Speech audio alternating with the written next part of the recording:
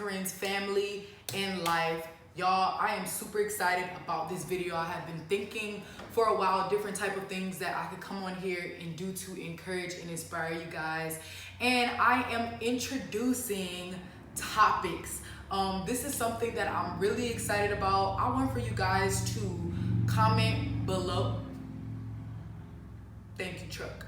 I want for you guys to comment below different topics that you guys want for me to discuss. Y'all can slide in my DM and ask me for different topics that y'all would like for me to discuss. I can study it. I can go to the word, read on it, pray on it, and then give you guys my take. And I'm really excited about this.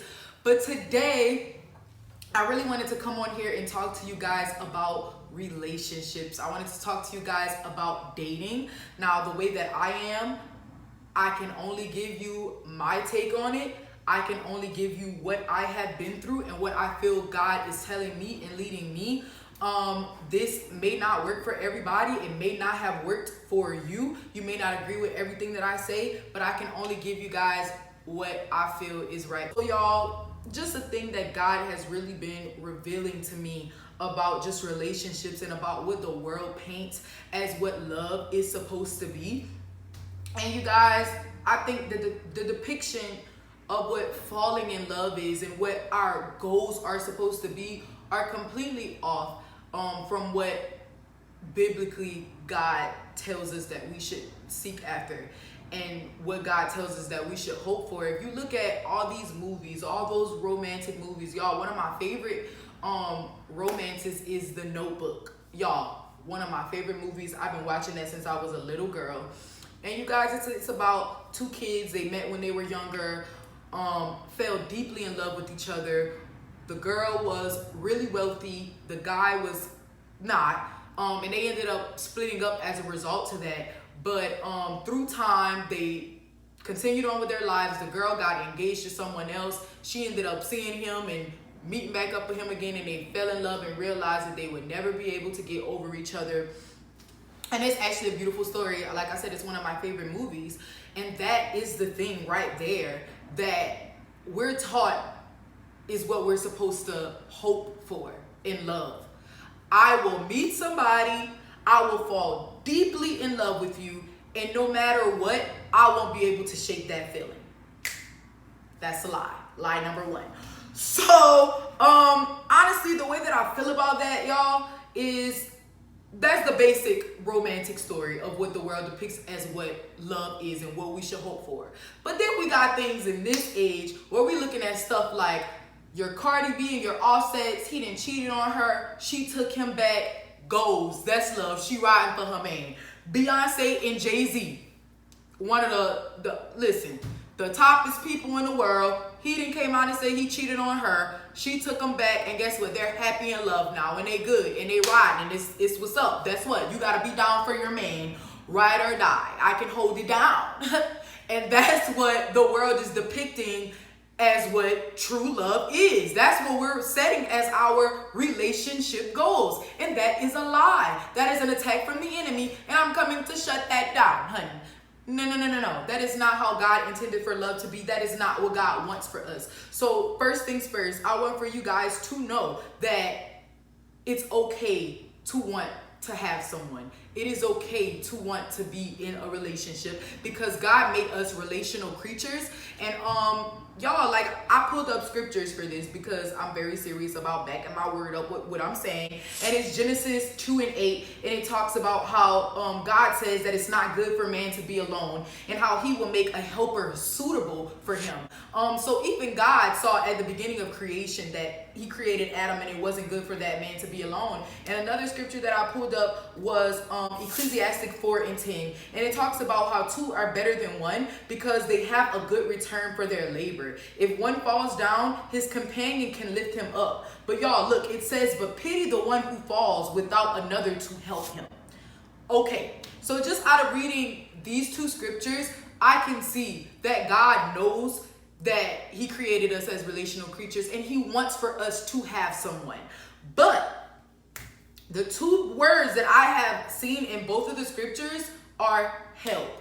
The first one, I will create a helper suitable for him. The second one, if someone falls, he can have someone to help him out. So y'all, to me, what I think we get the miscommunication, the misconception on what love is, on what marriage is about, on what a person who you're supposed to journey through life with is about. It's all about helping that person. I've been taught ever since I was a kid that marriage is ministry. And I know that whenever I find someone that is right for me, this person, their job strictly is to help me to get to the full potential of where God has for me in this life. This person is supposed to push me deeper into my purpose. And I just kind of feel like people are not talking about that anymore, and I feel like dating is so weird for us. It's a weird topic, it's a weird discussion, and we like, am I supposed to date? Am I not supposed to date? Because you sitting in church and it's always singles. As a 21-year-old Christian who is unmarried, how am I supposed to address this situation? Am I supposed to go out on dates? How am I supposed to do that? Like, is it okay for me to talk to someone? And if I talk to someone and I do not like them, is that okay that I break up with that person and I continue to date somebody else? It's very confusing, y'all. And I think that number one, identity is very important, because you gotta know who you are. That way I'm not just choosing anybody to date. Now, it becomes easier when you know yourself, because if a person try to come your way and you see that they ain't going to church, they don't pray, they don't have no goals, and I'm like, I can clearly see, no thank you, this is not going to line up with what I've got. But I just kind of feel like the church has made it very weird for us, because they want for us to get married, but then when we're dating, they like, you too young to date, you don't need to worry about that right now. So it's very weird, and I went through it, and I just kind of got to a place where it's just like, you know what, I'm good, bro. Like, if God is gonna send someone, then he's gonna send it, and I'm gonna be okay with that. But if not, then I'm good with just getting myself together right now, because y'all know you gotta be prepared. You have to be prepared for who God has to send for you. You can't, somebody told me, you can't, two halves ain't gonna make a whole. We both gotta be whole to make a big old hole, but don't fall through the hole. Anyways, guys, so yeah, that's just my take on everything. And just circling back to what I was saying about the world's depiction of what love is. And I just kind of think like, y'all, that's like kind of crazy whenever I think about it, because it's like, if that's what I'm supposed to hope for, if what I'm looking for is this magical feeling that I just cannot control, that I won't be able, there's nothing I can see, I can't even explain it right now. If that's the type of feeling that I'm looking for, how do I find that? There's no way for me to I could line up 10 men right here, each let them state something about themselves, and I pick you gonna give me that feeling. That's not how that works. That kind of happens by chance. Like, maybe it'll happen, maybe it won't happen. And for me, it's kind of like with couples who are not in it for purpose reasons, you just dating because you want somebody. Y'all, there's nothing that you can do to work towards getting that feeling, honestly. Y'all can have great communication, you can not cheat, you could be there, you can do everything for a person, and they still not feel a way for you. They could grow to love you, but there's no way to create that feeling on the it's nothing that you have no control over it. If I watch a romance movie on TV and that hunger comes inside of me and I'm like, aw, I wish I had a boo. I wish I had somebody. We all do that, and let me tell y'all right now, whenever those feelings and those thoughts come, start praying. It could be after you watch a romantic movie. It could just be through normal life. You lonely and you feel like, man, I need a man. Like, I need a girlfriend. I need a boyfriend. I need a boyfriend. Be Simone, this for you, boo. You start praying when those hungers and those feelings get on the inside of you. And you start to say, God, prepare me for whoever you have for me. God, make me suitable for their purpose. Because if you do not feed that thing in a positive way, you can 100% bet the devil is going to put something in your way to feed it. He gonna give you something that almost look like it, and then you're gonna be caught up in a whole relationship that a whole year down the line, you like, this will never work. Simply because when you had that thought, he know your thoughts. He can hear you. he gonna try to feed that thing. Start feeding it, y'all. Start feeding it. Start praying it. Doing it positive times. That's just like with anything. Like, if I get a certain feeling of, you know what, I haven't been praying lately, I need to pray more.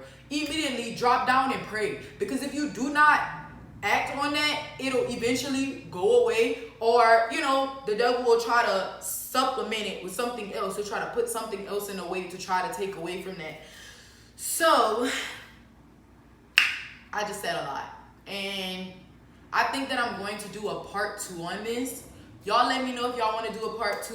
I really want to get into more of the marriage side of things. And I think that I'm going to bring my cousin in for that one because she's married. She's young. My cousin is 24 years old. They just had a beautiful baby together. And I can't too much talk about marriage because it's like, I'm not married. I can only give you what I feel God has been revealing to me about that time. But I think I'm going to do a part 2.